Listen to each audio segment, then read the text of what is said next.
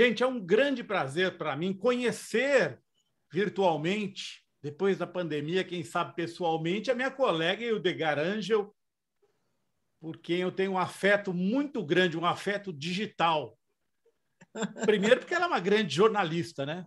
E dá muitas bolas dentro. Mas vou parar um pouquinho de elogiá-la, porque, Hildegard, a conversa ia começar de um jeito diferente, mas hoje o senador Aziz, na CPI da pandemia, ele fez uma crítica a alguns militares, dizendo que os militares estavam sendo expostos e agora ele está sob um bombardeio intenso da direita de que ele desrespeitou as Forças Armadas. Agora, você sabe, tanto quanto eu, né? Corrupção não é novidade nas Forças Armadas. Não, não é. A gente acompanhou isso, né, Zé? Você é mais jovem do que eu, mas a gente viu que, na época, apesar de não haver tanta liberdade de imprensa, não haver possibilidade de divulgar, mas falava-se muito nas turbinas do Costa Cavalcante e outros desvios Ministro Carlos que não Andreasa. foram investigados, que não foram investigados. Verdade. Então, você tem que se falar disso com muito cuidado, porque você não sabe até que ponto você está cometendo uma impropriedade contra si, não é? Mas a própria atitude era uma atitude corrupta, porque você não podia ter nem o armarinho na esquina funcionaria direito se você não tivesse um militar trabalhando.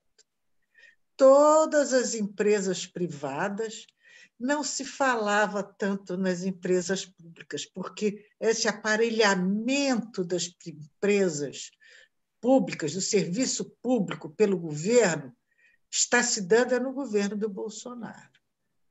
Não havia isso. Havia um certo pudor.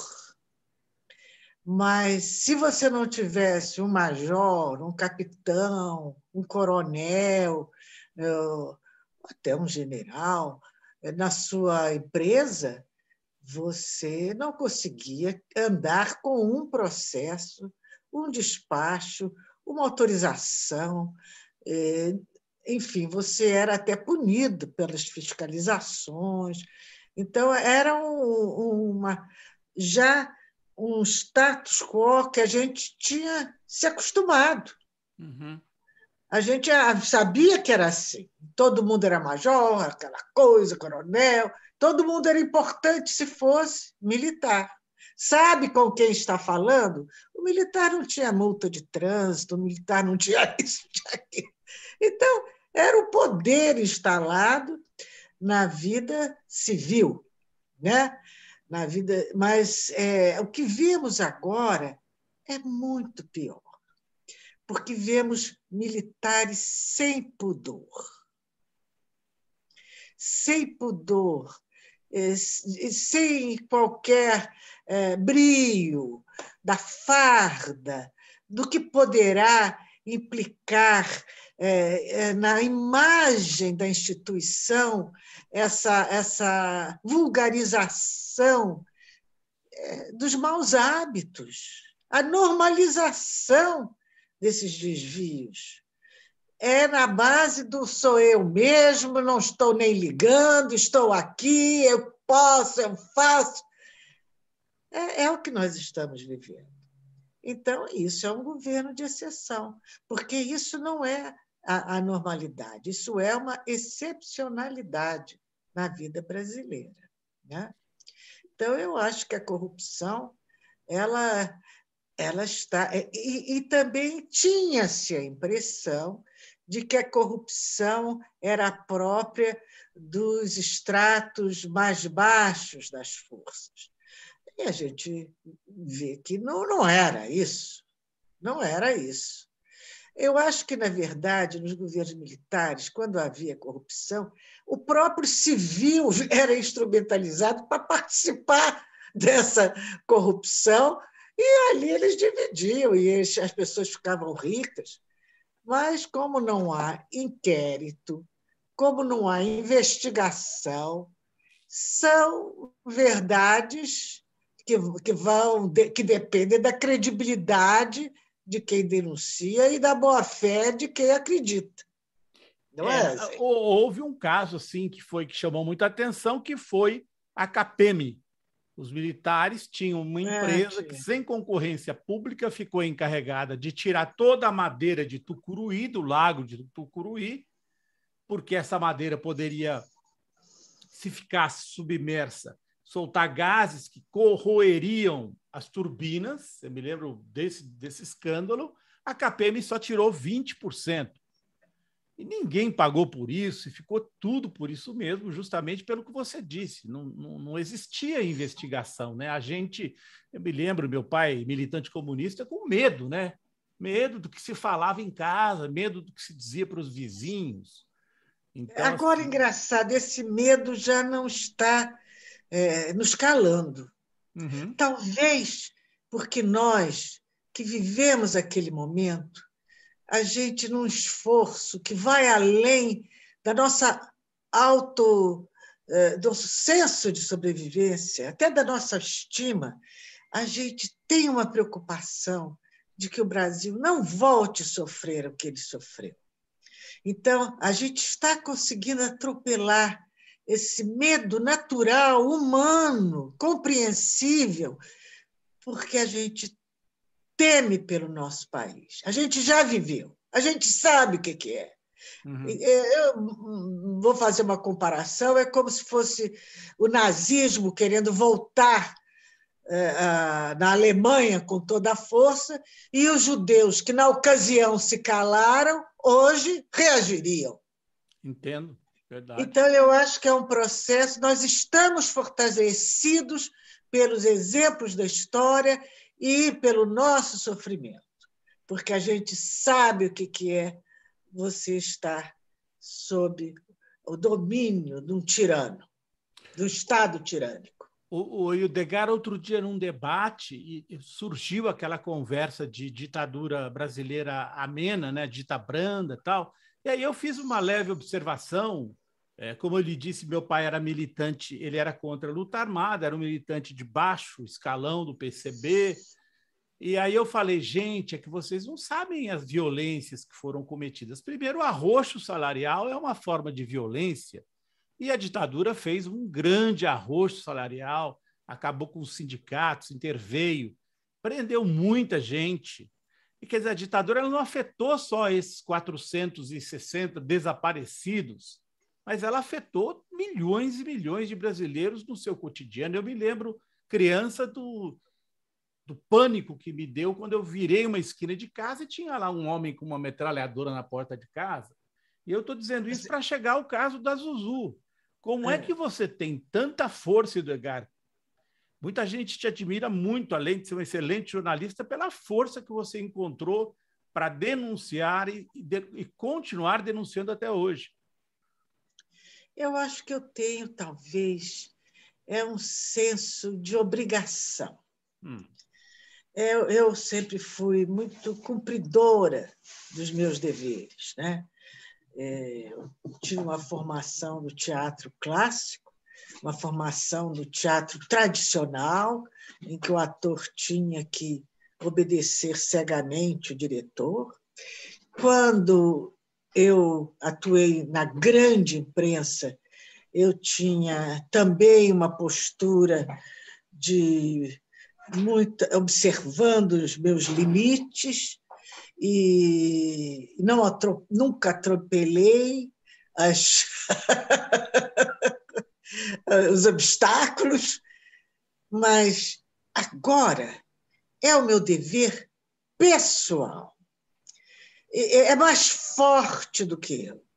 Pode me prejudicar, pode me causar danos físicos, que eu tenho horror a isso, eu tenho medo físico, eu sinto dor demais, mas nessa hora eu não penso nisso.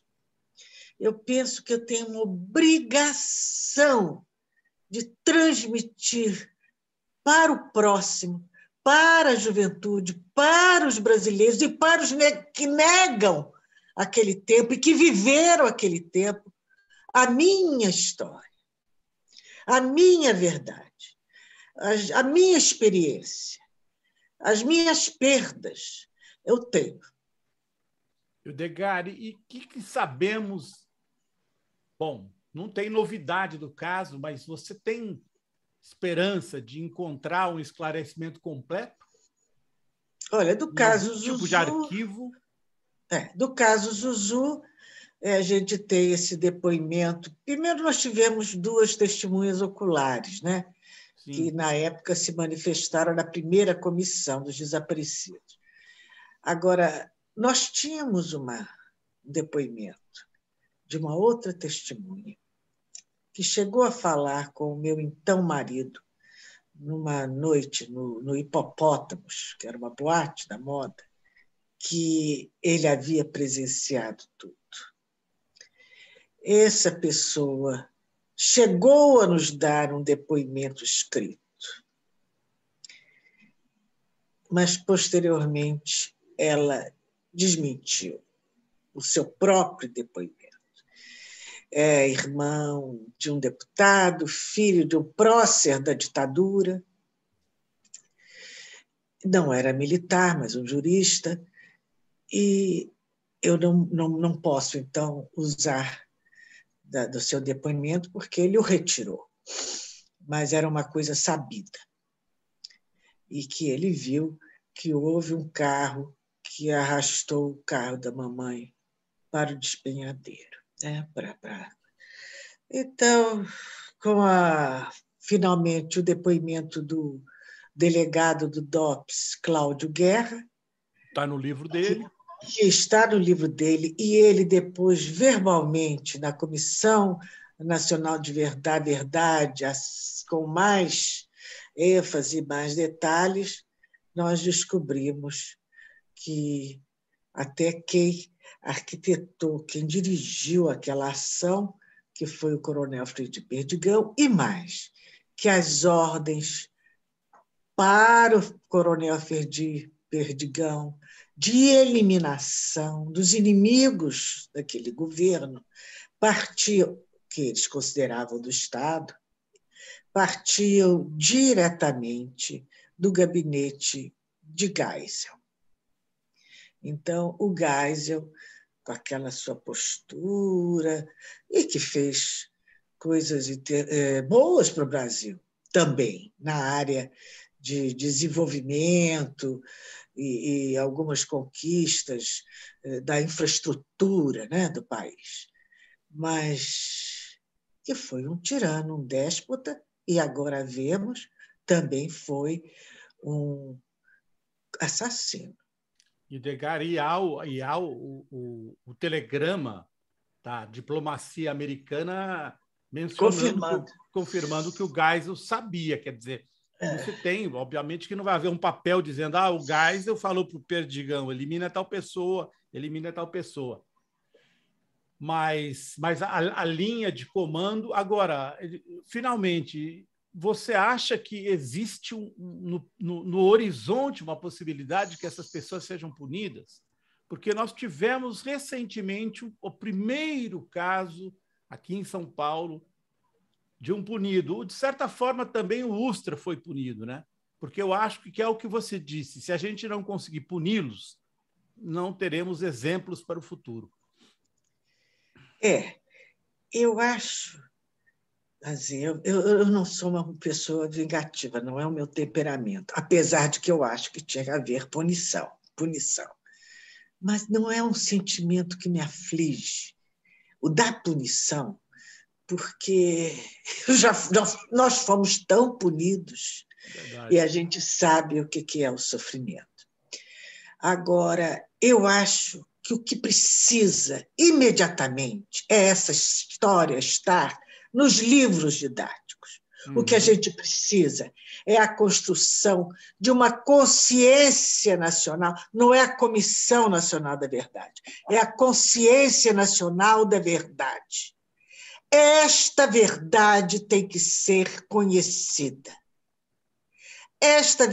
Os assassinos dos Inconfidentes não foram punidos, mas eles foram punidos pela história, porque esta verdade foi conhecida, é divulgada, é sabida, é repetida.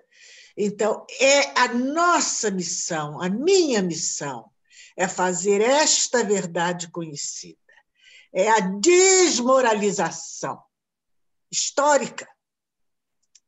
E agora eu vejo por que a negação dos militares. Por quê?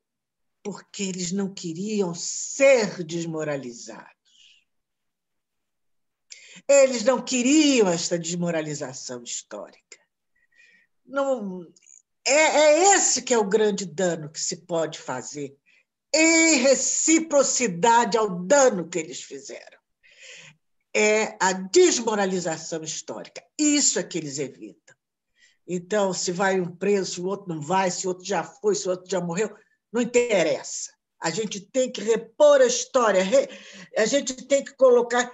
Agora, você vê o nosso atual presidente homenageia o Ustra, o grande torturador em São Paulo. No Rio, o grande torturador foi o Sigor. Sigor? Não, desculpe. É o que matou meu irmão, que comandava a base aérea do Galeão. O nome também meio afrancesado. Desculpe, eu vou lembrar. Essa emoção de estar com você, Azenha, tá? Mas é o Bournier. O Bournier sim. Foi o grande torturador, o doido, porque o torturador chega a um ponto do seu poder, da sua satisfação com o mal e da sua superioridade sobre as outras pessoas, a seu poder de dominar, de matar, de fazer sofrer, que ele se compraz nisso, né? Ele tem esse prazer. A Melinha Teles, aqui de São Paulo, diz que sendo torturada na UBAN pelo Ustra, pela turma do Ustra, de repente se vê diante das duas crianças dela, tudo arrebentado, o marido também. Então, era uma coisa que ela sofreu, mas do outro lado estava uma pessoa que tinha prazer em... Estava tendo prazer. Enquanto uns eram infelicitados, aquele grupo era feliz, com tanta morte, tanto sofrimento, se comprazia daquilo. Então, nós temos que fazê-los agora terem o desprazer de ter uma volta. E a volta, eu acho, é a consciência histórica. A volta é a consciência. E para isso nós tivemos oportunidade de fazer. E não fizemos. Nós, os familiares, porque não nos empenhamos mais. E os donos do poder, os políticos, porque foram displicentes em relação àquele tempo, ou com um excesso de mesuras e submissão e subserviência aos militares, ou mesmo por medo de que isso pudesse despertar algum tipo de ira, e despertou. E despertou. Então, se era para despertar ira, que fizessem tudo. Sim. Que fizessem tudo. Que relatasse essa história, que divulgasse essa história, que houvesse campanhas na televisão, campanha para tanta coisa, tanta verba pública gasta, por que não para contar a história do Brasil, do nosso país? É isso, assim. Essa é a minha missão. Não é matar, não é prender, não é olho por olho, dente por dente. A minha missão, o que eu acho que é digno, que é importante e que é urgente, é contar a verdadeira história. E aí eu volto ao começo da entrevista. A gente, então, passa a entender, a partir do que você disse, por que o Omar está apanhando tanto hoje, o Omar Aziz. É porque ele tocou num ponto-chave da direita dos militares. Desmoralização deles, no caso atual, por ineficácia na questão da pandemia, foi um general que foi ministro da Saúde, e provavelmente corrupção na venda de vacina, envolvendo vários militares, eu não estou falando da instituição.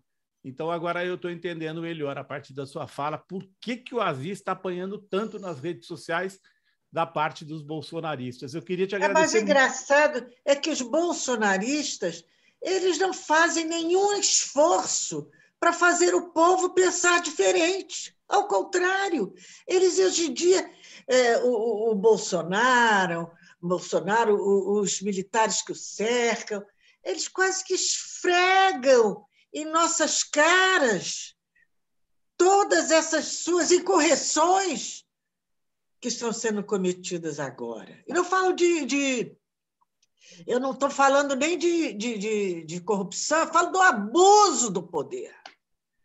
Eu falo da ganância, da voracidade de ocupar postos e receber 2 salários, soldo, mais outro salário, mais 2, mais 3. Que é isso?